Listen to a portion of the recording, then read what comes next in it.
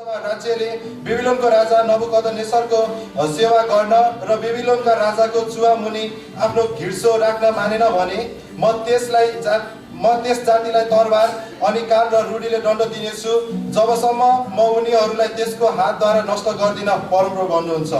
यसैकारण बेबिलोनका राजाको सेवा तिमीहरूले गर्ने छैनौ भन्ने तिमीहरूका अगमवक्ताहरू, जोकाना हेर्नेहरू, सपनाको अर्थ फुकाउनेहरू, भूतप्रेत खेलाउनेहरू र जादुगरी गर्नेहरूका कुरा नसुन। उनीहरूले तिमीहरूलाई कहेका अगमबाडी त झुटा हुन्, जसले गर्दा तिमीहरू आफ्ना देशहरूदेखि टाढा हटाइनेछौ।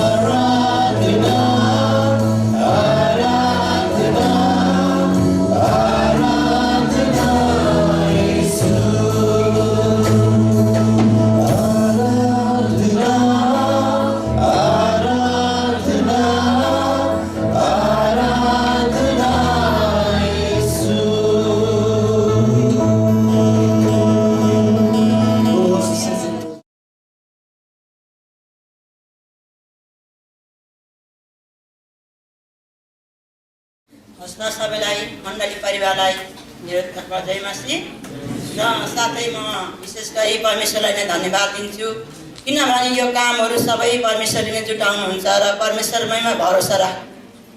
मेरो चाहिँ सानो एउटा मैले व्यवसाय गरेको थियो 3 वर्ष लगभग हुन आँट्यो अनि पोहोर चाहिँ हामीलाई त्यस्तै वैशाखको 20-22 गतेतिर जस्तै होला हामीलाई चाहिँ उहाँले के भन्नुभयो भने तिमीहरूले यहाँबाट उठ तिमीहरू यहाँबाट उठ्नुपर्छ किनभने हाम्रो यो हाम्रै कम्पनीले अफिस राख्ने भयो भनेर हामीलाई धेरै तनाव दिनुभयो।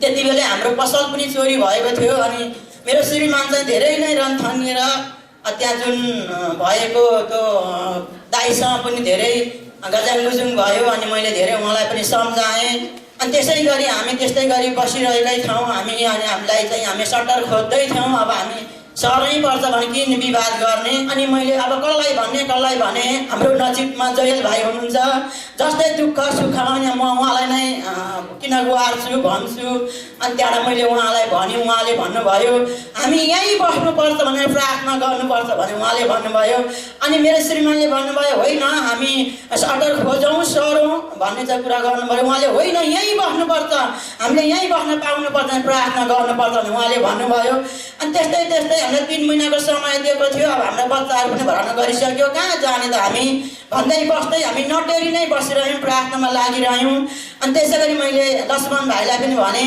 गौरव भाइलाई पनि भने त्यस्तै हामी प्रार्थनाहरू गरिरह्यौँ।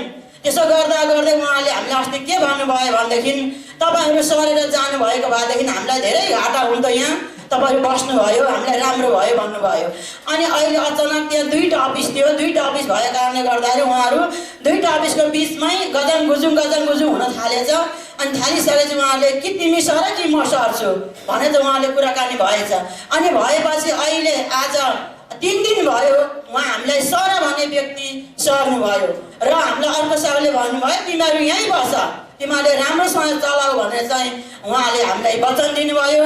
परमेश्वरलाई म धेरै धन्यवाद दिन्छु किनभने मण्डली परिवारले पनि हामीलाई प्रार्थना गर्नुभयो र धेरै प्रार्थना गुरुबा गुरुआमाले गर्नुहुन्छ र साथै दाजुभाइ दिदीले गर्नुभयो र धेरै समय जोयल भाइले पनि बिताउनु भयो। त्यसकारणले गर्दा आज हामीले त्यो प्रार्थनाको उत्तर पाएका छौँ। म धेरै परमेश्वरलाई धन्यवाद दिन्छु। हस् त जय मसीह। सबैजनालाई ख्रीष्ट येशूको नाममा जय मसीह। मलाई चाहिँ म चाहिँ अस्तिदेखि भन्नु खोजेको तर समय नभएको कारणले आज भन्नु लाग्यो गवाई छ।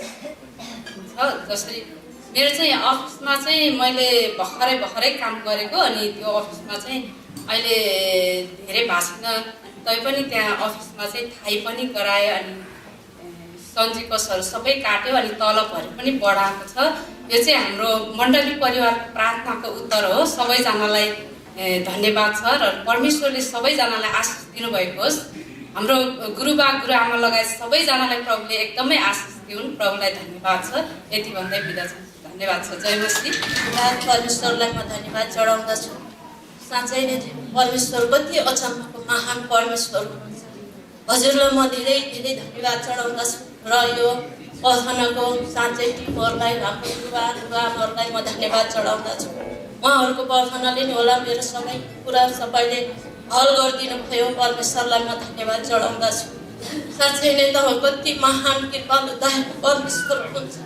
साँच्चै खाँचोहरू आवश्यकहरू बुझ्ने परमेश्वर हुनुहुन्छ। सबै चित्त उहाँले ध्यान पारिदिनु भयो। म त धेरै धेरै धन्यवाद चढाउँदछु परमेश्वर।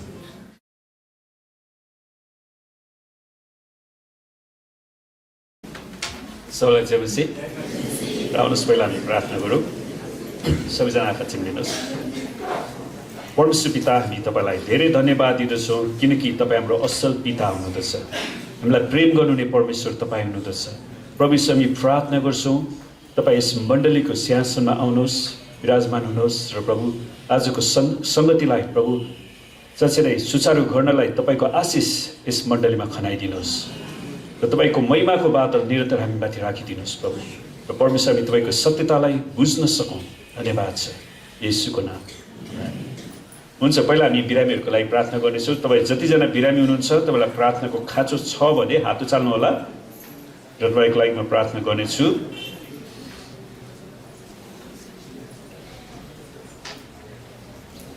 अनि हात उचाल्नु भएको बिरामी जति उभिनुहोस्।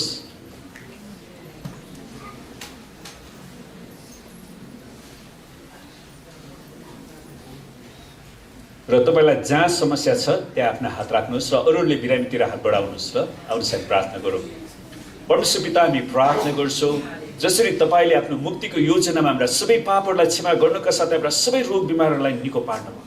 तपाईँले आफ्नो वचन पठाएर निको पार्नुभयो। येशूको कुराको चोटमा हाम्रा सबै रोगहरूलाई निको पारिदिनु भयो। यसै कारण प्रभु हामी प्रार्थना गर्छौँ तपाईँका छोराछोरीको शरीरमा जे जति रोग बिमारहरू, शारीरिक दुर्बलताहरू, कमजोरीपनहरू अनि दुर्वसिनीका अवस्थाहरू छन् अनि त्यसलाई हामी येशूको नाउँमा निस्कने आज्ञा दिन्छौँ र येशूको कुराको चोटमा ती सबै रोगहरू निको भइसकेको घोषणा गर्छौँ। प्रभु तपाईँले छुनुहोस्, प्रत्येकलाई पूर्ण चङ्गाइ र छुटकारा ल्याउनुहोस् येशूको नाउँमा। र म एउटा विशेष समस्या को लागि प्रार्थना गर्न चाहन्छु। तपाईँ जतिजनालाई पिसाब फेर्दाखेरि सबै पिसाब हुँदैन, पिसाब अड्किने त्यस्तो समस्या छ भने त्यो पनि एउटा समस्या हो। त्यसको लागि म प्रार्थना गर्न तयार छु। कोही हुनुहुन्छ? तपाईँको सबै पिसाब निख्रिँदैन, तपाईँलाई पिसाबमा समस्या छ। प्रभुले मलाई यो विषयमा प्रार्थना गर्नलाई प्रेरणा दिनुभयो, म गर्छु। ल हात चाल्नु भएको बिरामी चाहिँ उभिनुहोस्, ल उभिनुहोस्। लाज मान्नु पर्दैन, तपाईँको समस्या हो र प्रभुले मलाई यो कुरा प्रकट गर्नुभयो, म त्यसको लागि विशेष प्रार्थना गर्छु। आमेन। र अरूले बिरामीतिर प्रार्थना गर्नुहोस्। आउनुहोस् हामी प्रार्थना गरौँ। परमेश्वर पिता, हामी प्रार्थना गर्छौँ यी तपाईँका प्रिय छोराछोरीहरूलाई जसरी पिसाब पूर्ण रूपमा ननिख्रने ती समस्या छ अनि त्यो किडनीको समस्यालाई हामी येशूको नाउँमा निकाउने आज्ञा दिँदछौँ। प्रभु तपाईँले छुनुहोस् र तपाईँको कुराको चोटमा ती सबै पिसाबको सिस्टम निको भइसकेका हामी दाबी गर्दछौँ। धन्यवाद छ तपाईँको चङ्गाइको लागि येशूको नाउँमा। आमेन। र दोस्रो विषय हामी प्रार्थना गर्नेछौँ, तपाईँ जतिजना काम गरिरहनु भएको छ, बाइबलले भन्छ काम नगर्नेले खाना पनि नखाओस्। अल्छे भोकभोकै मर्छ, अल्छे नमरेको मर्छ, होइन? स्वाभाविक कुरा हो। त्यसैले तपाईँ जतिजना काम गरिरहनु भएको छ, तपाईँको अर्थतन्त्रमा परमेश्वरको आशिष चाहिन्छ, तपाईँको तलबमा वृद्धि चाहिन्छ, तपाईँको कारोबारको भोल्युम बढेको चाहनुहुन्छ, तपाईँको फसेको पैसाहरू उठेको चाहनुहुन्छ भने तपाईँ हात उचाल्नुहोस् र म तपाईँको लागि विशेष प्रार्थना गर्नेछु र प्रभुले हरेकको व्यवसायमा आशीर्वाद दिउन्। आमेन। परमेश्वर पिता, हामी तपाईँलाई धन्यवाद दिँदछौँ यी मेहनती र परिश्रमी हातहरू जसले तपाईँको वचन अनुसार विभिन्न किसिमको व्यवसायमा रोजगारमा रहेर काम गरिरहनु भएको छ। प्रभु हामी प्रार्थना गर्छौँ तपाईँको जनको अर्थतन्त्रमा तपाईँले बेहिसाब आशिष र उन्नति दिनुहोस्। प्रभुजी हामी प्रार्थना गर्छौँ हरेकको रोजगारमा आशीर्वाद दिनुहोस्, हरेकको तलबमा वृद्धि गराइदिनुहोस्। प्रभु हरेकको कारोबारको भोल्युमलाई बढाइदिनुहोस्। प्रभुजी अनि जतिजनाको रुपियाँ पैसाहरू फसेको छ त्यसलाई हामी येशूको नाउँमा उठ्ने आज्ञा दिँदछौँ। प्रभु तपाईँले सहायता गर्नुहोस्। हामी त्यसरी प्रार्थना गर्छौँ प्रभु, जसरी तपाईँले आर्थिक क्षेत्रमा आशिष दिनुहुन्छ भने हरेकलाई दशांश, स्वेच्छाको बेटी, धन्यवाद बेटी, प्रेम बेटी दिनलाई सिकाउनुहोस्। धन्यवाद छ येशूको नाउँमा। आमेन। हुन्छ, परमेश्वरलाई धन्यवाद होस्। आज हामी अर्को एउटा विषयलाई हेर्दैछौँ, the secret place of the most high, है? सर्वोच्च परमेश्वरको गोप्य स्थान आजको विषय छ। सर्वोच्च परमेश्वरको गोप्य स्थान, the secret place of the most high. अनि विशेष गरी हामीले भजन सङ्ग्रह 91बाट लिएका छौँ। यहाँ भनेको छ, नेपाली अनुवादमा अलिकति उनीहरूले अलिकति पुरै अनुवाद गरेका छैन। जो परम प्रधानको शरणमा बास गर्छ त्यो मानिस सर्वशक्तिमानको छत्र छायामा नि रहन्छ। तर इङ्ग्लिसमा यसलाई हेऱ्यो भने जो परम प्रधानको गोप्य स्थानमा बास गर्छ, he who dwells in the secret place of the most high।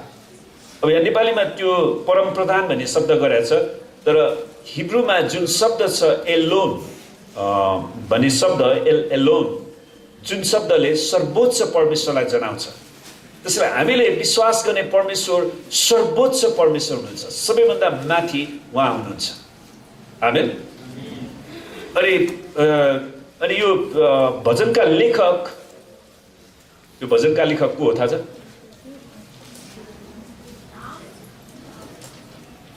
दाउदले धेरै भजन लेखेका छन्, तर भजन सङ्ग्रह 91 चाहिँ दाउदले लेखेका होइनन्, यो मोसाले लेखेको भजन।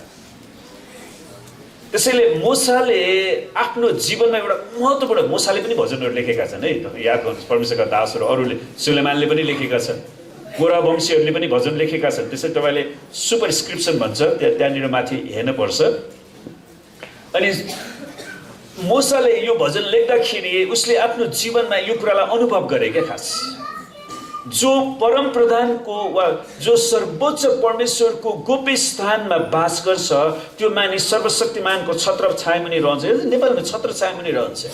He who dwells in the shelter of the Most High will rest in the shadows of the Almighty. सर्वशक्तिमानको छत्र छायामुनि विश्राम गर्छ। खास राम्रोसँग अनुवाद पनि गरेको छैन है। छत्र छायामुनि रहने कसरी रहने त? छत्र छायामुनि पूर्ण रूपमा विश्राम गर्ने। He who dwells in the shelter of the Most High, जो सर्वोच्च परमेश्वरको गोप्य स्थानमा बास गर्छ, will rest चाहिँ एकदमै महत्त्वपूर्ण शब्द, विश्राम। तपाईलाई थाहा छ परमेश्वरले 6 दिन काम गरेपछि 7औं दिन विश्राम लिनुभयो। त्यसको मतलब परमेश्वरलाई विश्राम चाहिन्छ भनेर विश्राम लिएको त होइन, तर मानिसलाई विश्राम चाहिन्छ। त्यसले मानिसको लागि परमेश्वरले दिनुभएको कुरा हो। अनि त्यसैले यदि तपाईले आफ्नो जीवनमा कुनै पनि आत्मिक शान्ति विश्राम पाइरहनु भएको छैन भने तपाई परमेश्वरको गोप्य स्थानमा प्रवेश गर्नुपर्छ, जहाँ तपाईलाई सम्पूर्ण कुरा ढुक्क हुन सक्छ। तपाई शान्तिसँग सुत्न सक्नुहुन्छ, विश्राम पाउन सक्नुहुन्छ। आमेन। अनि हामी मूसाको अलिकति कुरालाई हेर्नेछौँ, कसरी मूसाले सर्वशक्तिमानको छत्र छायामुनि रहे त, उनी परमेश्वरको गोप्य स्थानमा कसरी रहे। त्यसको लागि अलिकति पद हामी हेरेर अगाडि बढ्छौँ। प्रस्थान 24 को 12 देखि 18 हामी एक दुईवटा घटनाहरू प्रस्थानको 24 बाट हेर्दै अनि त्यसरी छिटछिटो हामी अगाडि बढ्नेछौँ।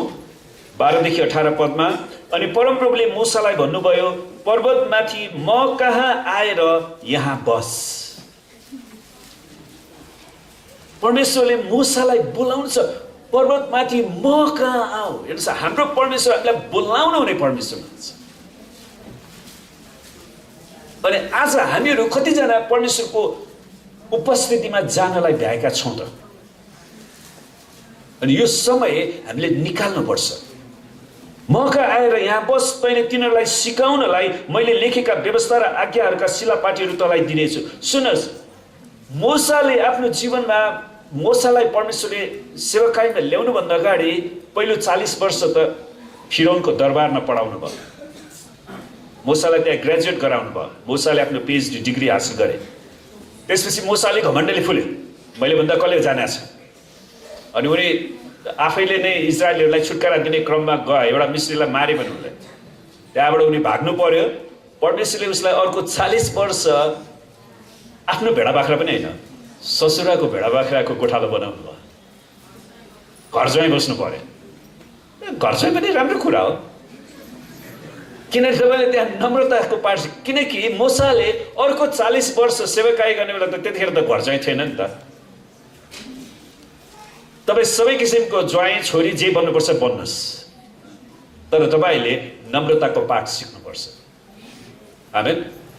अनि तपाईँलाई थाहा छ मूसालाई परमेश्वरले 80 वर्षको उमेरमा सेवकाईमा बोलाउनु भयो।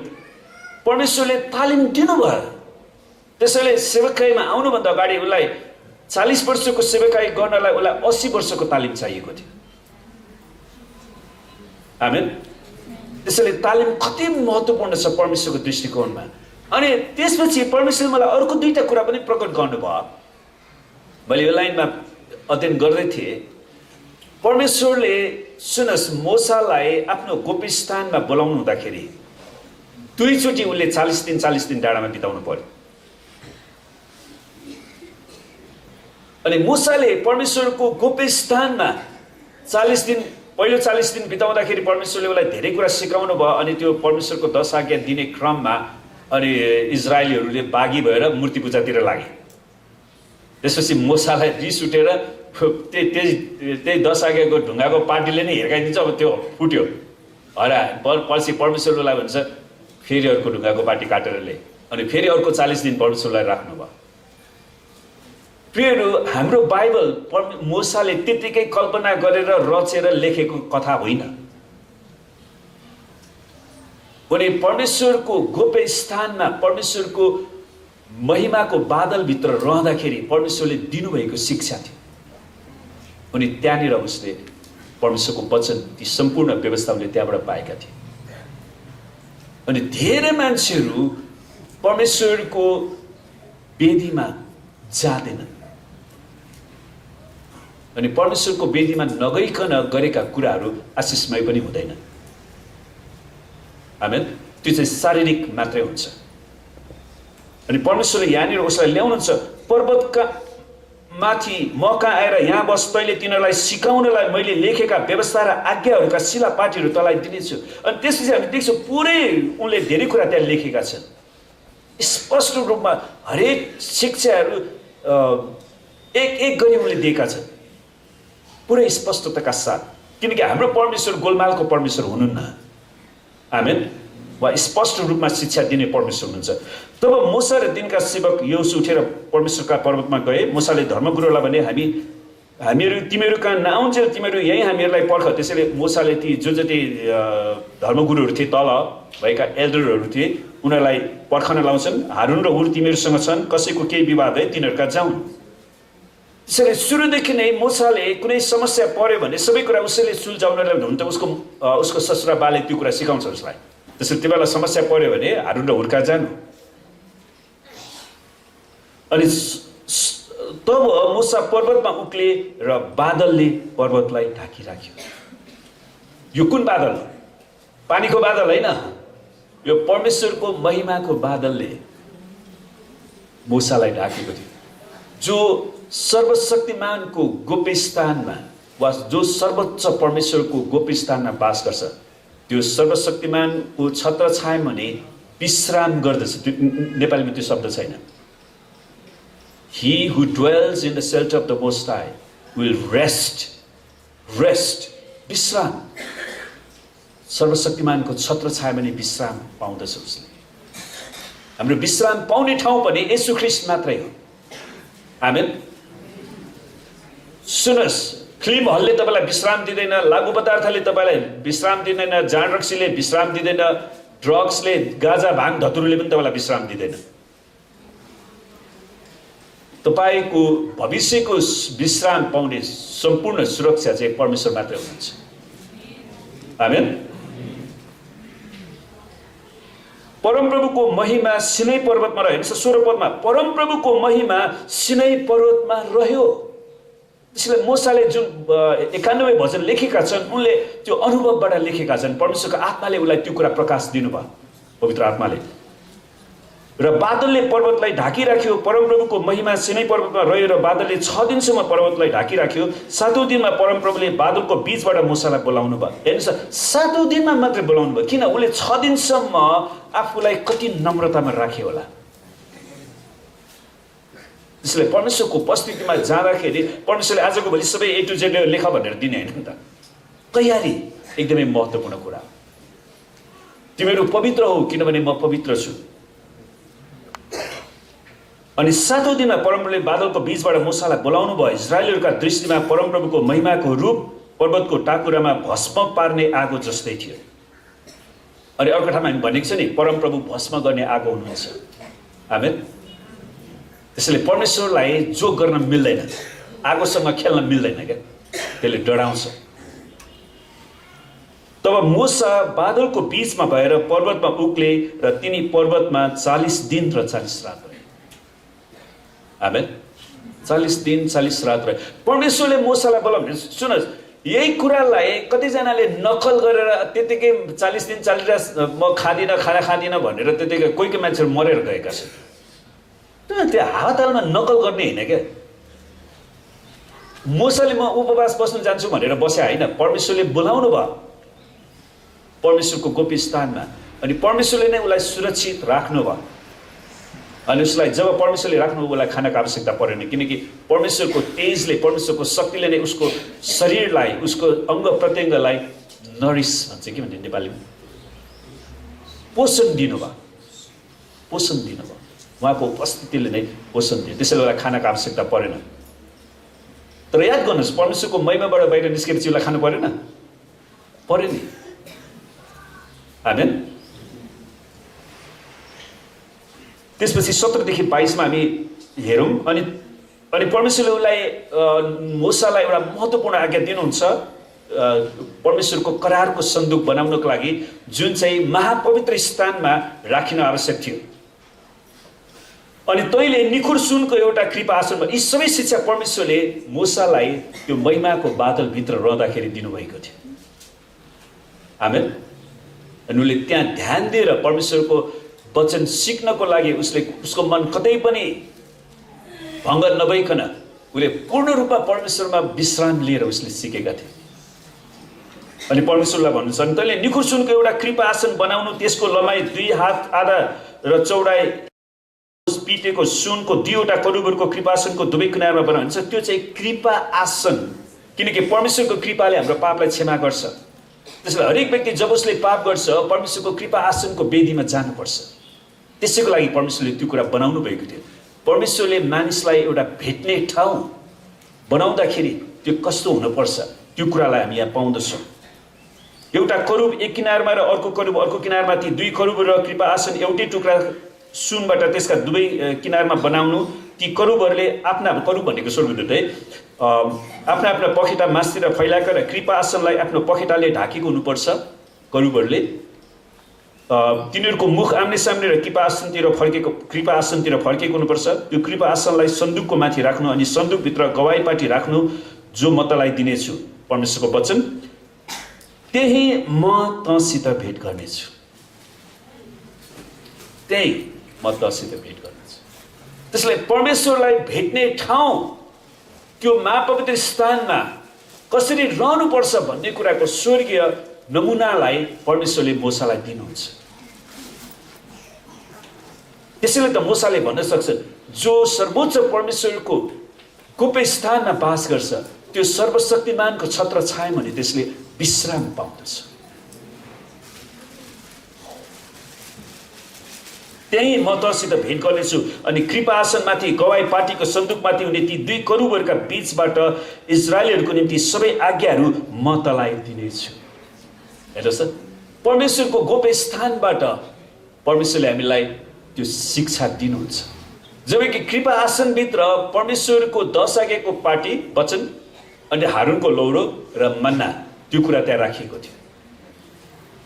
अनि परमेश्वरले त्यहाँबाट बोल्नु थियो, परमेश्वरको वचन थियो त्यहाँनिर। परमेश्वर आदिमा वचन थियो, वचन परमेश्वरसँग थियो, वचन नै परमेश्वर थियो।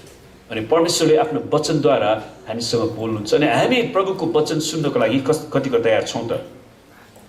त्यसपछि हामी एकैचोटि जान्छौँ 34 अध्यायको 1 र 2 पदलाई हेरौँ।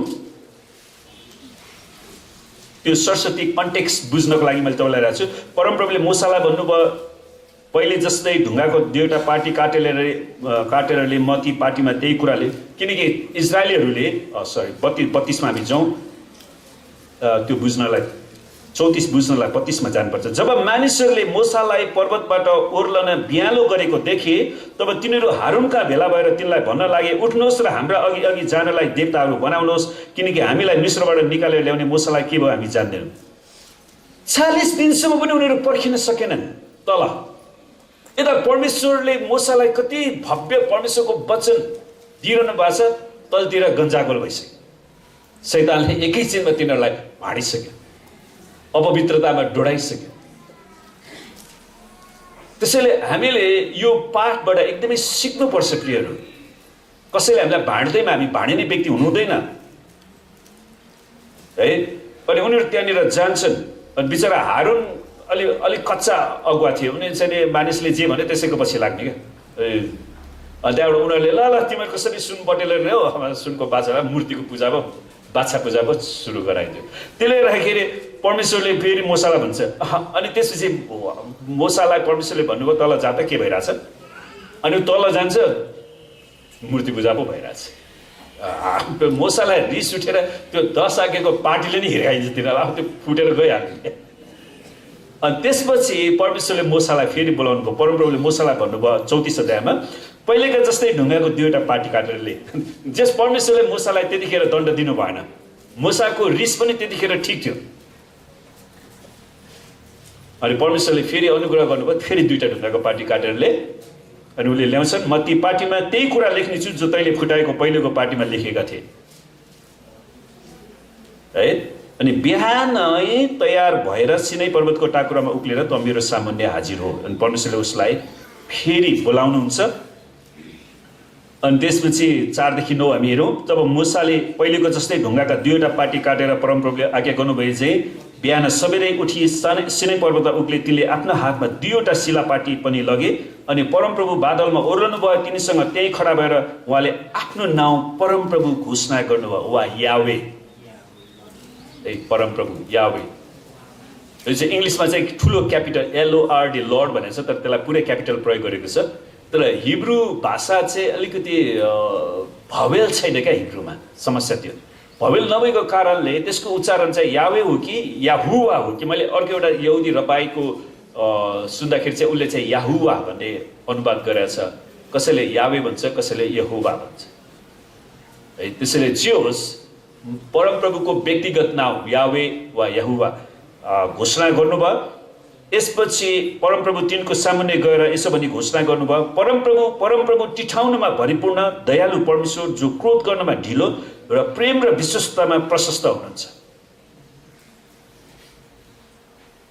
है। अनि त्यसपछि उहाँले हजारौँ हजारमाथि कृपा देखाउनुहुन्छ। परमेश्वरलाई धन्यवाद होस्, उहाँले हजारौँ हजारमाथि आफ्नो कृपा देखाउनुहुन्छ, दुष्टता विद्रोह र पाप क्षमा गर्नुहुन्छ।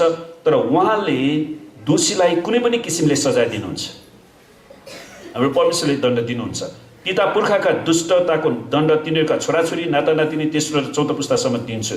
तब मूसाले हतपत्त भुइँतिर आफ्नो शिर निहुराएर आराधना गरे। हेर्नुहोस्, त्यो गोप्य स्थानमा परमेश्वरलाई आराधना गरेर मूसा बस्छन् अनि परमेश्वरको वचन हरेकचोटि सुन्दाखेरि उनले परमेश्वरलाई आराधना गरिराखेका थिए। तिनले भने, यदि मैले तपाईँको दृष्टिमा निगाह पाएको छु भने हे परमप्रभु, बिन्ती छ परमप्रभु नै हाम्रो साथमा हिँड्नुहोला। यिनीहरू हठी मानिस भए तापनि हाम्रो दुष्टता र पाप क्षमा गरेर हामीलाई आफ्नो निज उत्तराधिकारको रूपमा ग्रहण गर्नुहोस्। अनि यसरी उसले प्रार्थना छ। तब परमप्रभुले भन्नुभयो, हेर तँसँग म एउटा करार बाँध्छु, तेरो सारा मानिसहरूकै सामु म यस्तो आश्चर्यको कामहरू गर्नेछु जो सारा पृथ्वीमा कुनै जातिमा कहिले गरिएका छैनन्। यी मानिसहरूको बिचमा तँ छस्, तिनीहरूले देख्नेछन् कि म परमप्रभु तेरा लागि एउटा आश्चर्यपूर्ण काम गर्नेछु। अनि परमेश्वरले प्रतिज्ञा गर्नुहुन्छ। यी सबै कुरा कहाँ त? परमप्रधानको गोप्य स्थानमा त्यो वेदीमा परमप्रभुको महिमाको बादल मुनि हुँदाखेरि उसले यो वचन पाएका थिए। त्यसपछि हामी देख्छौँ एकैचोटि 27 र 28 पद। तब परमप्रभुले मूसालाई भन्नुभयो, यी कुरा लेख। परमेश्वरले ती सबै कुरा व्याख्या गरेपछि यी कुरा लेख, किनकि यिनै कुरा बमोजिम तर इजरायलसित मैले बाँधेको छु, करार बाँधेको छु। मूसा त्यहाँ परमप्रभुसित 40 दिन र 40 रात रहे। तिनले न त रोटी खाए न पानी पिए। तिनले त शिलापाटीहरूमा त्यो करारको वचन अर्थात् ती 10 आज्ञाहरू लेखे। अनि परमेश्वरको 10 आज्ञा लेख्छन् अनि 10 आज्ञालाई नै हामी धेरै व्याख्या गरेको हामी पाउँछौँ। अनि यसरी परमेश्वरको वचनलाई उनले त्यो महापवित्र स्थानमा भेटाएका थिए। त्यसैले उनले भन्न सक्छन्, जो परमप्रधानको वा जो सर्वोच्च परमेश्वरको परमप्रधान शब्द अलिकति व्याख्या भए जस्तो लाग्दैन क्या, त्यो शब्दले अलिकति जस्टिफाई नगरे जस्तो लाग्छ मलाई। एल एलोन वा जो सर्वोच्च परमेश्वरको गोप्य स्थानमा बास गर्छ, त्यो सर्वशक्तिमानको छत्र छायामा नि विश्राम पाउँछ। बल्ल म परमेश्वरकोमा आएँ, ढुक्क भएँ। तपाईँलाई याद छ, तपाईँ यात्रा गर्दै जानु हुँदाखेरि कतिचोटि तपाईँलाई विभिन्न समस्याग्रस्त मान्छेहरूको बिचमा उसले पनि तपाईँलाई जिस्काएर होला, उसले पनि जिस्काएर होला, तपाईँलाई समस्या दिइरहन्छ। जब तपाईँ एउटा सुरक्षित घरमा पुग्नुहुन्छ, ल प्रभुलाई धन्यवाद होस्, बल्ल हामी सुरक्षित ठाउँमा। आमेन। अनि त्यो परमेश्वरमा जब तपाईँ सुरक्षित ठाउँमा पाउनुहुन्छ, त्यहाँ तपाईँले विश्राम पाउनुहुन्छ, तपाईँ ढुक्क बन्न सक्नुहुँदछ। त हिब्रू शब्द एल एलोनलाई मोस्ट हाई वा नेपालीमा परमप्रधान वा सर्वोच्च वा सबैभन्दा उच्चमा रहनु नै परमेश्वर वा परमप्रधान र सर्वोच्च भन्ने अनुवाद गरिएको छ है नेपालीमा। त यो नाम पहिलोचोटि तोरा भनेको उत्पत्ति, प्रस्थान, लेवीगन्ती, व्यवस्था 5वटा पुस्तकमा रहस्यात्मक व्यक्तित्व मल्किसदेक, तपाईँले मल्किसदेकको बारेमा पढ्नुभएको छ नि उत्पत्ति 14 अध्यायमा, को नामसित प्रयोग गरेको रहेछ। मल्किसदेकको नामसित जोडिएको छ, जो समयले नबाधिने है, टाइमलेसनेस, कुनै पनि समयभित्र रहँदैन, समयले नबाधिने सियोनका राजा र पुजारी थिए है। अनि यो त्यो कुरा यसरी लेखिएको छ हिब्रू 7:1-3 मा, यिनै मल्किसदेक सालेमका राजा र सर्वोच्च परमेश्वरका पुजारी त्यहाँ सर्वोच्च परमेश्वर त्यो एलेलोन त्यही पदलाई ती शब्दलाई मोसाले लेख्छन् जो सर्वोच्च परमेश्वरको छत्र छायामुनि वा गोप्य स्थानमा बास गर्छ त्यो सर्वशक्तिमानको छत्र छायामुनि विश्राम गर्दछ। परमेश्वरका पुजारी थिए। राजाहरूलाई परास्त गरेर फर्किँदाखेरि यिनले अब्राहमलाई भेट्छन् र तिनलाई आशीर्वाद दिए। यिनैलाई अब्राहमले सबै थोकका दशांश छुट्याइदिए। सबै थोकका दशांश छुट्याउँछन् अनि अब्राहमले दशांश दिन सिके। अनि कतिजनाहरूले आज कति ठाउँमा मान्छेले झुटा शिक्षाहरू दिन्छन् दशांश चाहिँ नै व्यवस्थाभित्रको होइन। मूसा के अरे अब्राहम मूसाभन्दा कति वर्ष अगाडिका व्यक्ति थिए? करिब 500-700 वर्षका अगाडिका व्यक्ति थिए। अनि परमेश्वरले मूसालाई अब्राहमलाई नै दशांश दिन सिकाउनु भयो। त्योभन्दा अगाडि हामी देख्छौँ आदमले आफ्ना छोराहरूलाई दशांश दिन सिकाएका थिए। आमेन। त्यसैले दशांश दिने कुरा यो दशाज्ञाभन्दा बाहिरको कुरा, त्यो अगाडिदेखि अनि विचार गर्छ हामीले चर्चमा भने तपाईँ जतिजनाले दशांश दिएर गरिब बन्नुभएको कतिजना हुनुहुन्छ? हात उचाल्नुहोस् त। बरु तपाईँ दशांश दिनु भएन भने चाहिँ सबै किसिमको अभाव खेप्नुहुन्छ। आमेन। अनि यिनलाई अब्राहमले सबै थोकका दशांश छुट्याइदिए। यिनको नाउँको अर्थअनुसार भनेको यिनको नाउँ भनेको मल्कीसेदेकको नाउँको अनुसार यिनी पहिले धार्मिकताका राजा र त्यसपछि चाहिँ सालेमका राजा हुन्, अर्थात् शान्तिका राजा।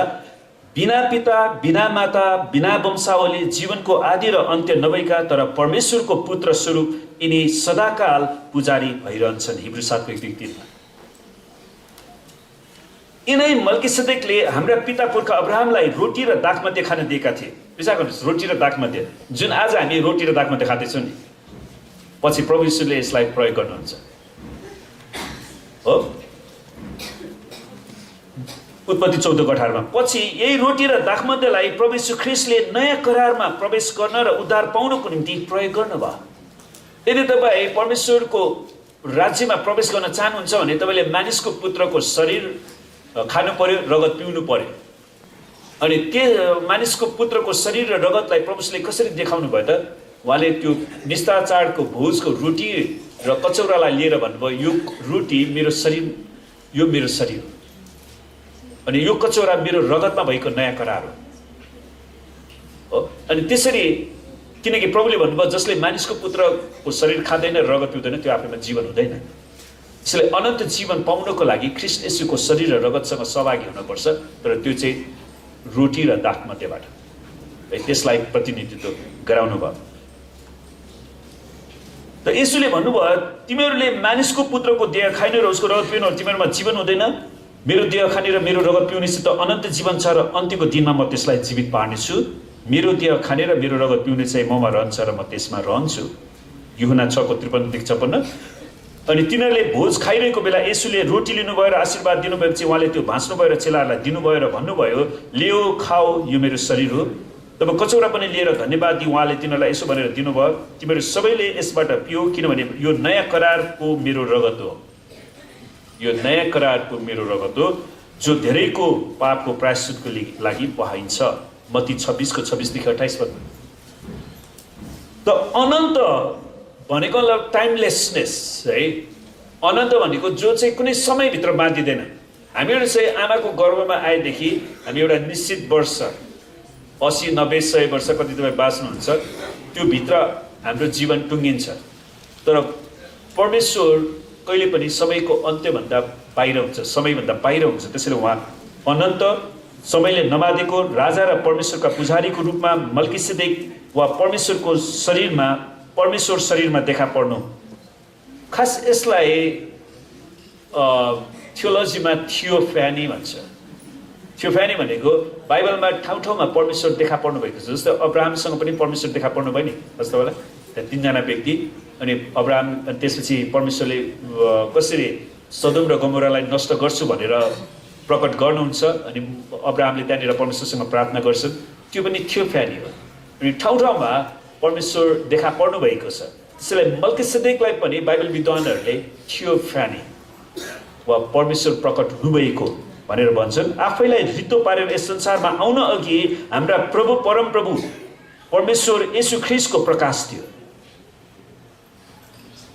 है। जुन कुरा फिलिपी 2:7 इब्री 7:3 येशू ख्रीष्ट नयाँ करारको हाम्रो महान राजाहरूको राजा र प्रधान पुजारी हुनुहुन्छ। येशू ख्रीष्ट हाम्रो प्रधान पुजारी हुनुहुन्छ। आमेन। त्यसैले हामी सबैको महत्त्वपूर्ण जिम्मेवारी चाहिँ मानिसहरूलाई येशूमा डोराउनु हो, आफूमा होइन। त्यसैले मलाई धेरैचोटि मैले धेरै चर्चेसहरूको प्रचार सुन्छु अनि मलाई धेरै दुःख लाग्छ, कयौँ पास्टरहरूले मानिसहरूलाई आज आफूतिर डोराइरहेका छन्। अनि त्यो दुःख लाग्दो कुरा, सुरुमा उनीहरूले राम्रो गरे, सेवाकाई गरे मान्छे पनि धेरै भेला भयो अनि त्यसपछि आफैलाई प्रभु बनायो क्या, आफैलाई उचाल्यो। त्यसैले हामीले बप्तिस्मा दिने यूहन्नाबाट सिक्नुपर्छ, उहाँ बढ्नु म घट्नुपर्छ। अनि वास्तवमा बप्तिस्मा दिने यूहन्नाका जति पनि चेला थिए नि, उसले पनि मण्डली थियो नि त, अनि उसले आफ्ना चेलालाई भने हेर संसारको पाप उठाइ लैजाने परमेश्वरको थुमा येशू हुनुहुन्छ, तिमीहरू उहाँको पछि लाग्ने हो, मेरो पछि हो। अनि तिनीहरूमध्ये धेरैजना येशू पछि लाग्यो। आमेन। त्यसैले हामीहरूको सेवकाईको मुख्य जिम्मेवारी चाहिँ मानिसहरूलाई येशूमा डोराउनु हो अनि येशू ख्रीष्टले उनीहरूको समस्यालाई समाधान गर्न सक्नुहुन्छ। येशू ख्रीष्ट नयाँ करारका हाम्रा महान राजाहरूका राजा र प्रधान पुजारी हुनुहुन्छ अनि जुन अझ उत्तम करार थियो जसले राजकीयता र पुजारीत्वलाई परमेश्वर आफैले आफूमा पुनर्स्थापित गर्नुहुँदछ। सुन्नुहोस्, पुरानो करारमा परमेश्वरले राजाको अफिस नियुक्त गर्नुभयो, पुजारी गर्नुभयो, अगमवक्ताको अफिस नियुक्त गर्नुभयो। अनि मानिसहरूले कतिले राम्रो सेवकाई गरे, कतिजनाले त्यसको दुरुपयोग गरे पुरानो करारमा पढेर हेर्दाखेरि।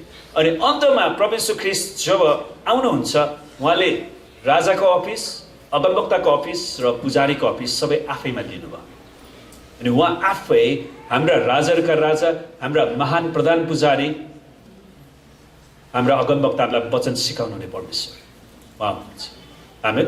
त्यसैले हामीहरूको फोकस केन्द्र चाहिँ येशू ख्रीष्ट हुनुपर्छ। त्यसैले यो कुरालाई हामीले एकदमै ध्यान दिएर थियोलोजिकली बुझ्नु चाहिँ एकदमै महत्त्वपूर्ण कुरा हो। अनि प्रभु येशू ख्रीष्टमै त्यो पूर्ण रूपमा स्थापित भयो। त्यसैले प्रियहरू, प्रभु येशू ख्रीष्टको त्यो राजकीयतालाई, उहाँको प्रधान पुजारीपनलाई, उहाँको अगमवक्ताको कुरालाई हामी नलिउँ क्या, नखोसौँ उहाँबाट, उहाँको महिमा हामी नलिउँ। आमेन। हामी सबै महिमा येशूलाई दिन चाहन्छौँ। हाम्रो मण्डलीमा परमेश्वर मात्र हुनुहोस्। त्यसैले मैले निरन्तर प्रार्थना, प्रभु हाम्रो मण्डलीमा जसरी तपाईँले सिनाई पर्वतमा मूसालाई आफ्नो महिमाको बादलले ढाक्नुभयो, यस मण्डलीलाई तपाईँको महिमाको बादलले ढाक्नुहोस्। आमेन। ताकि त्यहाँनिर मानिसहरूले परमेश्वरको वचन, परमेश्वरसँग सङ्गति गर्न सक्नु, परमेश्वरको आराधना गर्न सक्नु।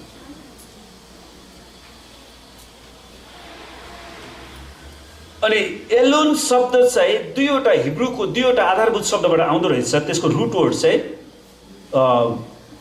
अनि एउटा चाहिँ माथि उचालिनु छ, ओला र आलिया भन्ने दुईटा शब्द रहेछ, ओला र आलिया। अनि एउटाको अर्थ चाहिँ, ओलाको अर्थ चाहिँ माथि उचालिनु, टु असेन्ड, माथि उचालिनु हो। उदाहरणको निम्ति ओला भेटी है भनेको मतलब चाहिँ पूर्ण होम बलि जो स्वर्गतिर जान्छ, त्यो चाहिँ आगोमा चढाइनु हुन्थ्यो, त्यसको धुप धुवा चाहिँ माथि जान्छ नि, त्यो प्रतिनिधित्वको रूपमा है, त्यो सिम्बोलिक हो सबै, सो जान्छ। र अनि आलियाको अर्थ चाहिँ इजरायलको भूमि, प्रतिज्ञाको भूमिमा जानु हो। त्यसैले परमेश्वरले हामीलाई उहाँको प्रतिज्ञाको भूमिमा डोराएर उहाँसँगै उहाँको अधीनतामा राख्नुहुन्छ। हामी उहाँलाई निरन्तर आराधना गर्छौँ।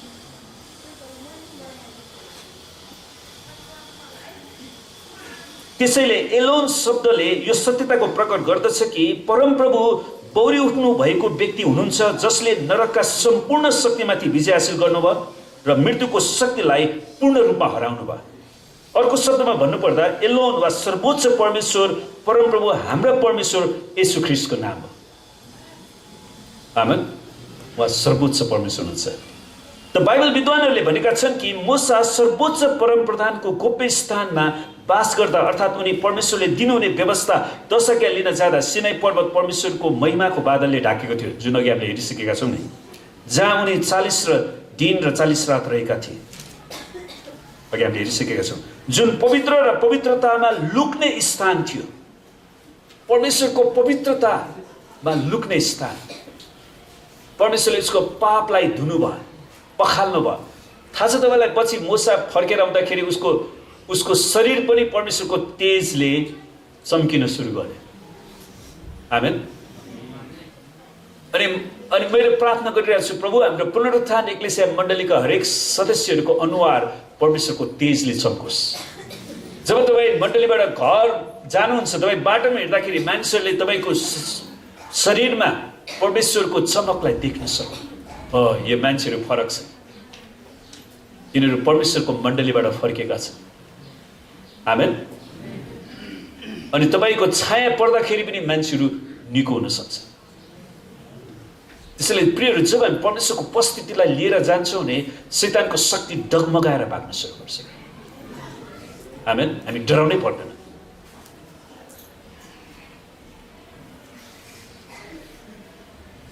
त्यही समयमा उनले भजन 91 लेखेका थिए। त्यसले भजन 91 जो सर्वोच्च परमेश्वरको गोप्य स्थानमा बास गर्छ त्यो सर्वशक्तिमानको छत्र छायामा नै विश्राम गर्दछ। अनि हामी परमेश्वरको उपस्थितिमा जहाँ ढुक्कताका साथ रहन सक्छौँ नि। हामी मण्डली आउँदा पनि त हामीलाई परमेश्वरको स्थानमा ढुक्क हुन्छ नि। आमेन। परमेश्वरको वचनले हामीलाई कति आशिष ल्याउँछ। अनि त्यो महिमाको बाक्लो बादल उनको निम्ति लुक्ने स्थान थियो, मूसाको निम्ति। प्रियहरू, मूसाको मण्डलीमा भएका विश्वासीहरू, बापरे, विचार गर्नुहोस्, म कहिले परमेश्वरमा सक्दिनँ भन्थ्यो होला। कति विद्रोह, गुटबन्दी फुटबन्दी। त्यहाँनिर परमेश्वरले कति कोरा वंशीलाई त त्यहाँनिर जमिन फुटाएर नै कतिजनालाई 3000 भन्दा बढीलाई त नष्ट गर्नु पनि परमेश्वरले। विचार गर्नुहोस्, त्यत्रो परमेश्वरको आश्रय कर्म देखेर उनीहरू आफै त्यत्रो लाल समुद्रबाट गएको होइन, त्यत्रो राति परमेश्वरको महिमा के अरे आगोको खामो छ, दिउँसो बादलको खामो छ, मरुभूमिमा हिँड्दाखेरि परमेश्वरले शीतलता, जाडोमा ताप, यी सबै कुरा दिँदै पनि मान्छेहरूलाई कहिले पनि सन्तुष्ट नहुँदो रहेछ क्या। मैले भने नि, दिदीबहिनीहरूलाई सन्तुष्ट पार्न गाह्रो छ हो। परमेश्वरले दिएको नङले पुग्दैन नि, उहाँले नक्कली नङ लाउनु पर्छ। आमेन। आमेन भन्नु न। परमेश्वरले दिएको यो आँखी भौँलाई पुग्दैन भनेर यहाँ तासेर यसलाई खौरेर आफ्नै किसिमको नयाँ डिजाइनको यो कालो कालो के पाउँछ। कहिले काहीँ तपाईँ चाहिने भन्दा बढी ठिकसँग गर्नुहोस्, परमेश्वरले दिनुभएको वरदान हो। तर कोही मान्छेहरूले त्यो मेकअप गरेको नि म त यसो हेर्दाखेरि भुतै जस्तो लाग्थ्यो क्या। त्यो आँखा कालो छ, यहाँदेखि यहाँसम्म तानेको छ, फेरि त्यो कहाँसम्म तान्नु पर्यो हो है। अनि त्यो ओठमा एकदमै रातो गरेर यहाँ कालो, यहाँ रातो। विचार गर्नु त, मेकअप गर्न पनि सिक्नुपर्छ नि कमसेकम। हेर्नुहोस्, मान्छेलाई कहिले पनि सन्तुष्ट गर्न नसकिँदो रहेछ। परमेश्वरले त्यत्रो कुरा, मासु खान पाएन, ल मासु पनि परमेश्वरले दिनुभयो, तै पनि उनीहरूको गनगन कहिले पनि हटेन हो। परमेश्वरलाई धन्यवादी व्यक्ति चाहिन्छ क्या। आमेन। तर मूसाले त्यसै कारणले घरिघरि उनी परमेश्वरको महिमाको बादलमा जान्थ्यो। अनि हामी देख्छौँ पछि जब त्यो के अरे करारको सन्दुक तयार भयो अनि मूसा घरिघरि त्यहाँ गइरहन्थ्यो क्या परमेश्वरलाई भेट्न। अब यो मान्छेहरूको समस्या कसरी समाधान गर्ने, उनले आफ्नै बुद्धिले गर्ने प्रयास गर्दा नि परमेश्वरको महापवित्र स्थानमा जान्थ्यो करारको सन्दुकमा, किनकि त्यो कृपा आसन मर्सी सीटहरू छ, त्यहाँबाट परमेश्वरसँग बोल्नुहुन्थ्यो। आमेन। त यो थाहा गर्न सकिन्छ कि जो सर्वोच्च परमेश्वर अर्थात् परमप्रधानको गोप्य स्थानमा बास गर्छ त्यो व्यक्ति यो पतित संसारको प्रवाह र छायाहरूको बौलठीपनबाट माथि उचालेर त्यो उच्च विश्राम स्थलमा प्रवेश गर्दछ। आमेन। त्यसैले मान्छेहरूले तपाईँलाई के भन्यो भने तपाईँ नरुनुहोस्, नडराउनुहोस्, कि तपाईँ परमेश्वरको गोप्य स्थानमा जानुहोस्। आमेन। त्यहाँ जानुहोस्, त्यहाँ प्रभुसँग रुनुहोस्। प्रभुले तपाईँको आँसु पुछिदिनुहुन्छ, तपाईँको चोटलाई उहाँले बलमपट्टि लगाइदिनुहुन्छ, उहाँले निको पार्नुहुन्छ, उहाँले तपाईँलाई अघाल्नुहुन्छ। अर्थात् हिब्रू शब्दको अर्थ बस्नु वा सुत्नु वा मृत्यु र पुनरुत्थानसँग सम्बन्धित छ। है, येशू ख्रीष्टको मृत्यु र पुनरुत्थानमा बास गर्दा परमेश्वरले आफ्नो उपस्थितिको ढालले तपाईँलाई छोप्नुहुन्छ। जब तपाईँ येशू ख्रीष्टको पुनरुत्थानको शक्तिभित्र प्रवेश गर्नुहुन्छ, उहाँको ढालले तपाईँलाई छोप्नुहुन्छ र तपाईँको सामने दुष्टतालाई शक्तिहीन बनाउनुहुन्छ। दुष्टताले तपाईँलाई केही पनि गर्न सक्दैन, न त बलले न शक्तिले। आमेन। तर परमेश्वरको आत्माले तपाईँलाई सुरक्षित राख्नुहुन्छ। परमेश्वरले आफैलाई यस संसारबाट लुकाउनु भएको कारण, परमेश्वरले आफैलाई लुकाउनु भएको कारण साँच्चै तपाईँ परमेश्वर हुनुहुन्छ जसले आफूलाई लुकाउनुहुन्छ। हे परमेश्वर इजरायलका उद्धारक, यशाया 45:15 पाइन्छ। त परमेश्वरले आफैलाई संसारबाट लुकाउनु भएको कारण सबै कुरामा उहाँको पवित्र लुक्ने स्थानमा प्रवेश गर्नको निम्ति हामीले नम्रतापूर्वक उहाँको मुहारको खोजी गर्नुपर्छ। त्यसलाई हामी परमेश्वरको उपस्थितिमा जानुपर्छ। परमेश्वर एलोन वा सर्वोच्च हुनुहुन्छ, तापनि जो आत्मामा पश्चातापी र विनम्र छ त्योसँग उहाँ बास गर्नुहुन्छ। आमेन।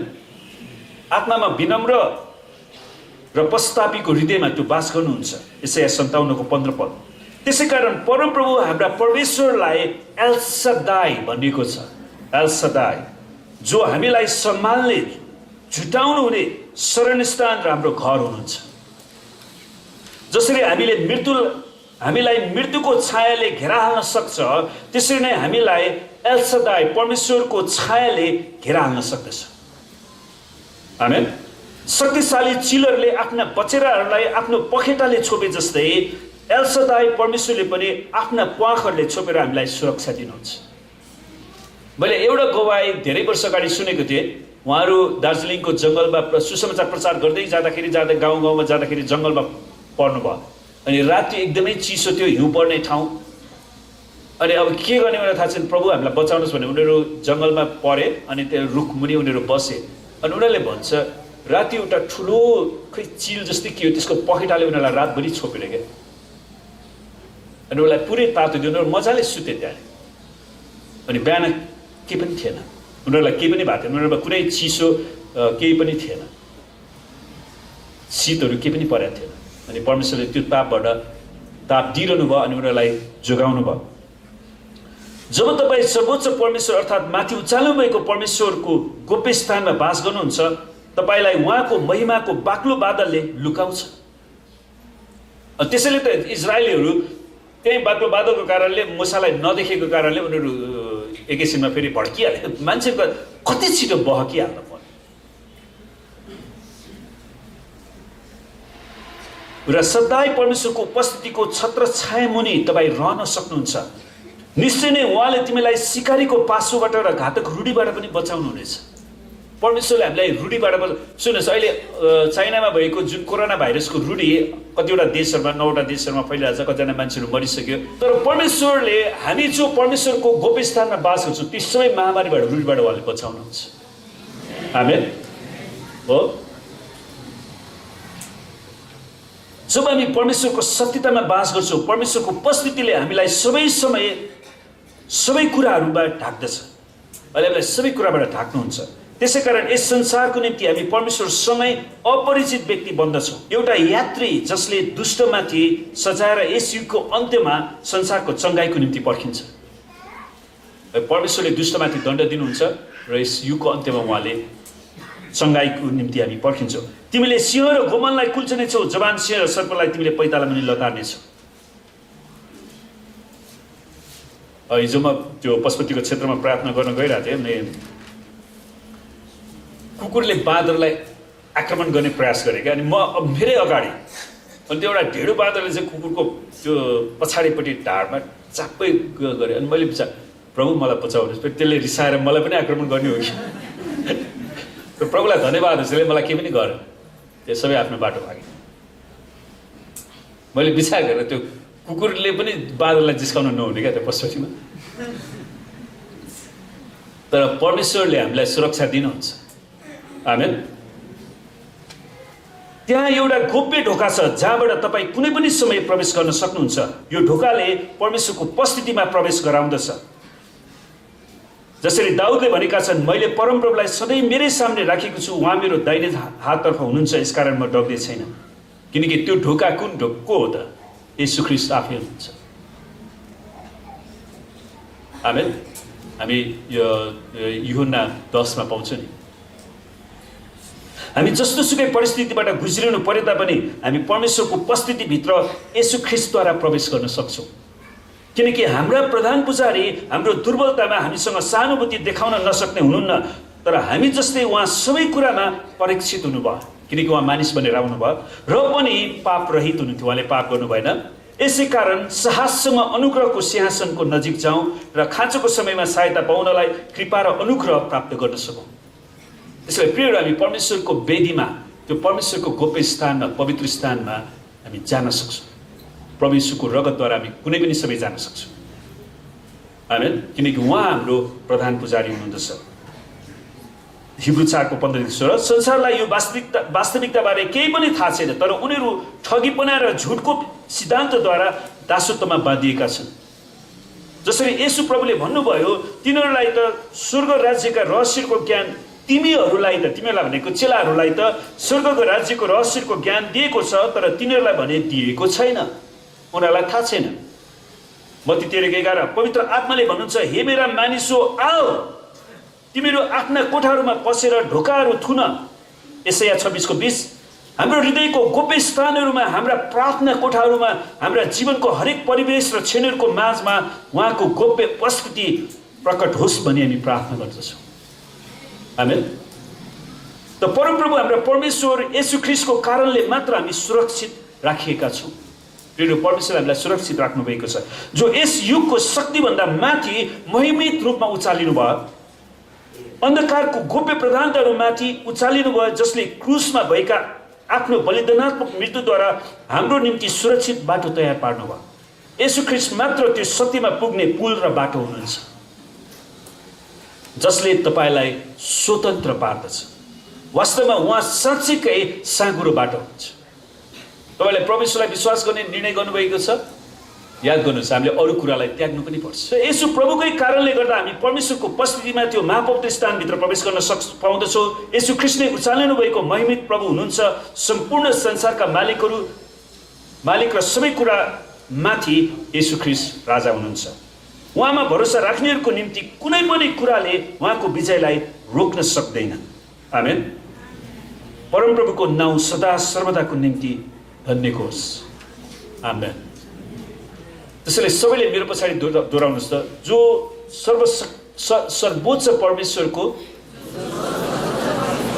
गोप्य स्थानमा बास गर्छ, त्यो सर्वशक्तिमानको छत्र छाया मुनि विश्राम गर्दछ।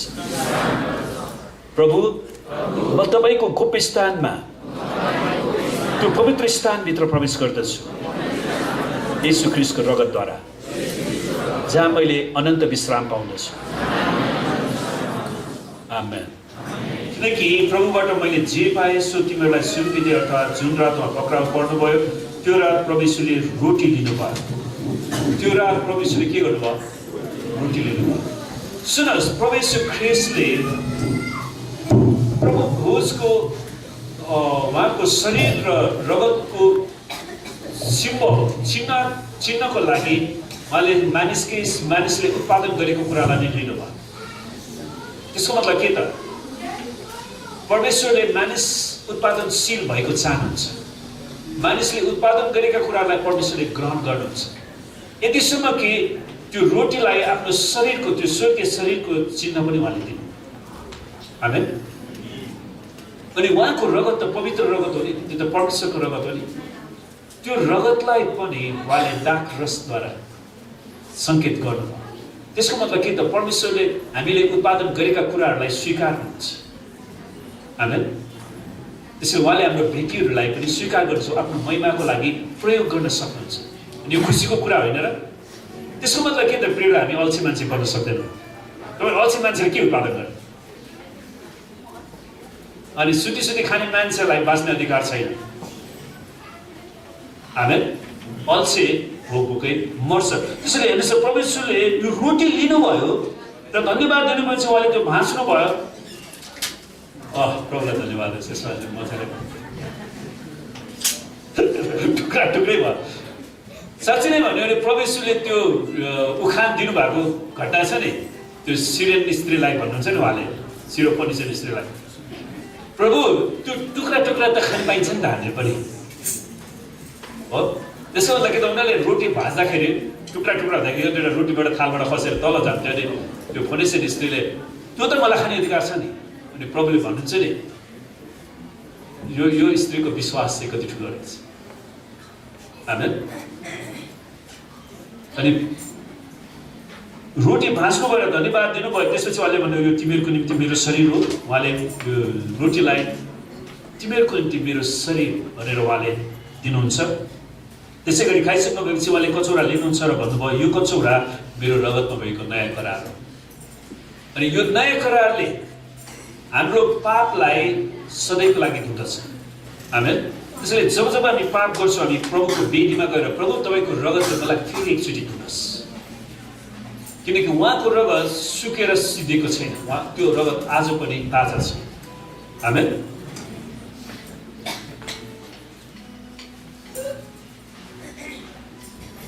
जहिले जहिले तिमीहरू यो पिउँछौ मेरो सम्झनामा यो अक्सर गर कि यीशु ख्रीष्ट हाम्रो पापको लागि पृथ्वीमा जन्मिनुभयो, हामीलाई पापबाटै बचाउनको लागि भनेर उहाँ मर्नको लागि पृथ्वीमा जन्मिनुभयो अनि हाम्रो निम्ति क्रुसमा मरिनुभयो। हाम्रो विरुद्धमा लेखेका सबै तमस्सुहरूलाई क्रुसमा काटी ठोकिदिनु भयो, हामीलाई स्वतन्त्र बनाउनु भयो, च्यानमा गाडिनु भयो, तेस्रो दिन मृत्युबाट भौर्यो। अनि उहाँको रगतले हाम्रो सबै पापलाई धोइदिनु भयो। अनि उहाँले हामीलाई उहाँको रगत अनुसार परमेश्वरको सन्तान हुने हक पनि दिनुभएको छ। आमेन। यसकारण जसले अयोग्य रीतिले प्रभुको रोटी खान्छ, त्यसैले प्रियहरू प्रभु बोझलाई हामी हेलचक्राइ नगरौँ। हामीले पश्चाताप गर्नुपर्ने कुराहरू छन्, पश्चाताप गरौँ, हामी गम्भीर रूपमा लिउँ यसलाई। त्यो कि प्रभुको कचौराबाट पिउँछ त्यो मानिस प्रभुको शरीर र रगतलाई अपवित्र तुल्याएकोमा दोषी ठहरिनेछ। त्यसकारण जसले प्रभुलाई ग्रहण गरेको छैन उसलाई यो प्रभु भोजमा सहभागी पनि हुनु हुँदैन। हरेक मानिसले आफूलाई जाँचोस् अनि मात्र त्यसले रोटी खाओस् र कचौराबाट पियोस्, किनकि प्रभुको शरीरलाई नचिनिकन जसले खान्छ र पिउँछ त्यसले त्यो खाएको र पिएको कारणले आफूमाथि दण्ड ल्याउनेछ।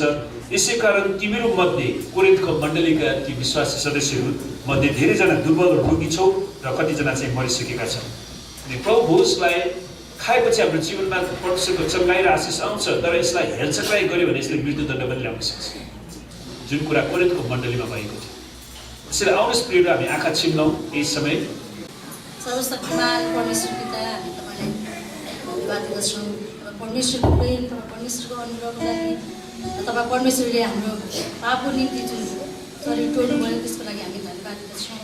प्रभु हाम्रो शरीरको निम्ति जुन व्यवस्था गरिकन यो रोटी तपाईँले हामीलाई दिनुभएको छ, तपाईँको त्यो कल्वरी क्रुसको बलिदानद्वारा जुन हामीले अवसर हामीले जुन गर्नलाई हामीले सहायता गर्नुहुन्छ प्रभु, त्यसको लागि धन्यवाद। र हामीले यो चाहिँ खाइपी त परमेश्वरको महिमा गर्न सक्छौँ। प्रभुजी तपाईँको शरीर टोल्नुभएको लागि हामी धन्यवाद दिँदै माग्दछौँ प्यारो प्रभु यीशु ख्रीष्टको नाममा। हालेलुया। सर्वशक्तिमान जीवित परमेश्वरमा हामी तपाईँलाई धेरै धेरै धन्यवाद दिँदछौँ।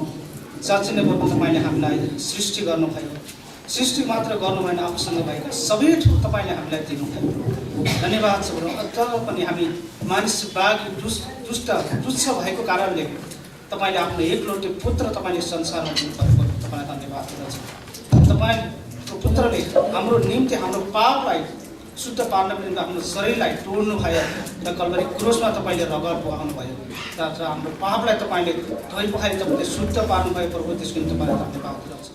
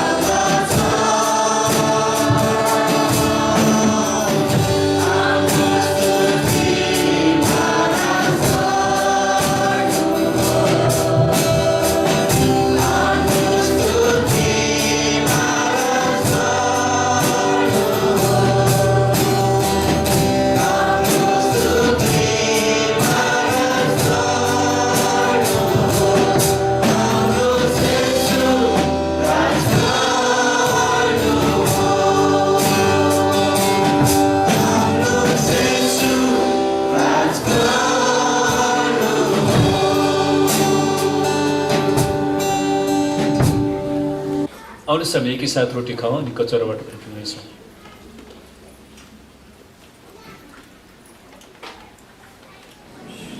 परमेश्वर पिता, हामी तपाईँलाई धेरै धन्यवाद दिँदछौँ किनकि तपाईँले हामी जस्तो तुच्छ पापीहरूको लागि पनि आफ्नो एकलौटे पुत्र येशू ख्रीष्टलाई पठाउनु र हाम्रो पापको लागि क्रुसमा बलिदान हुनुभयो। प्रभु यीशु, हामी तपाईँलाई धन्यवाद दिन्छौँ। तपाईँको पिताप्रतिको सम्पूर्ण आज्ञाप्रति तपाईँ पूर्ण रूपमा आज्ञाकारी हुनुभयो र क्रुसको मृत्यु समय र मानिस जातिको मूल्य दिनुभयो आफ्नो रगत बगाएर र आफ्नो रगत बगाएर हाम्रो पापलाई धुनुभयो। प्रभु, हामी तपाईँलाई धन्यवाद दिँदछौँ।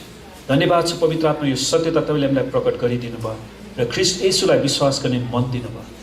प्रभु, हामी प्रार्थना गर्छौँ हाम्रो देशमा अझै पनि करोडौँ मानिसहरू छन् जसले तपाईँलाई चिनेका छैनन्। प्रभु, उनीहरू तपाईँको राज्य बाहिर छन्। प्रभु, हामी तपाईँसँग बिन्ती गर्दछौँ, पूर्व मेचीदेखि पश्चिम महाकालीसम्म, हिमालदेखि तराईसम्म, सातै प्रदेश 77 जिल्लामा प्रभु तपाईँको राज्य आओस् र तपाईँको इच्छा स्वर्गमा चाहिँ देशमा पुरा भएको छ। प्रभु, तपाईँ मात्र देशको प्रभु र परमेश्वर हुनुहोस्। तपाईँ मात्र हाम्रो मण्डलीका प्रभु र परमेश्वर हुनुहोस्। प्रभुजी, तपाईँ मात्र हामीहरूको प्रत्येकको व्यक्तिगत प्रभु र परमेश्वर हुनुहोस्। प्रभु, हामी तपाईँसँग बिन्ती गर्दछौँ, तपाईँको नाउँ मात्र उचालिएको होस्। हामी तपाईँलाई धन्यवाद दिन्छौँ। प्रभु, हामी प्रार्थना गर्छौँ आज जो जति आउन सक्नु भएन, कोही रोगी बिरामी हुनुहुन्छ भने उनीहरूलाई हामी येशूको नाममा चङ्गाइको घोषणा गर्छौँ। कोही घटी कमीमा छन् भने उनीहरूको आवश्यकतालाई पुर्याउने आज्ञा दिँदछौँ। प्रभु, हामी प्रार्थना गर्छौँ हाम्रा मण्डलीका जो जति सदस्यहरू देश बाहिर भ्याली बाहिर हुनुहुँदछ उहाँहरूको साथमा पनि तपाईँ रहनुहोस्। प्रभुजी, उहाँहरूको एक्लोपनामा उहाँलाई सङ्गति जुटाउनुहोस्। प्रभुजी, उहाँको चोटहरूमा तपाईँले मलमपट्टि लगाइदिनुहोस् र पूर्ण रूपमा निको बनाउनुहोस्, छुटकारा दिनुहोस्। पिता, हामी तपाईँसँग प्रार्थना गर्छौँ। प्रभु, हामी प्रार्थना गर्छौँ यो हप्ताभरिको हाम्रो सेवाकाईमा, यात्रामा, पढाइमा, सम्पूर्ण कुरामा तपाईँले आशीर्वाद दिनुहोस्। परमेश्वर पिता, हामी प्रार्थना गर्छौँ तपाईँले साँच्चै नै प्रभु यस पुनरुत्थान एक्लेसिया मण्डली परिवारलाई आशीर्वाद दिनुहोस् र हरेकलाई रक्षा गर्नुहोस्। प्रभु परमेश्वर, तपाईँले आफ्नो मुख यस मण्डलीमाथि चम्काउनुहोस् र हामी प्रार्थना गर्छौँ प्रभु यस मण्डलीमाथि तपाईँको अनुग्रह राखिदिनुहोस्। परमेश्वर पिता, हामी प्रार्थना गर्छौँ तपाईँको चेहरा यस मण्डलीमाथि प्रकाश गरिदिनुहोस् र हरेकलाई प्रभु तपाईँको शान्तिले भर्नुहोस् र प्रभु तपाईँको नाउँ मात्र यस पुनरुत्थान एक्लेसिया मण्डलीमा उचालिएको होस्। धन्यवाद छ परमेश्वर पिताको प्रेम, प्रभु यीशु ख्रीष्टको अनुग्रह र पवित्र आत्माको सङ्गति र सहभागिता हामीहरू हरेकसित आजदेखि सदा सर्वदा रहेको येशूको नाउँ।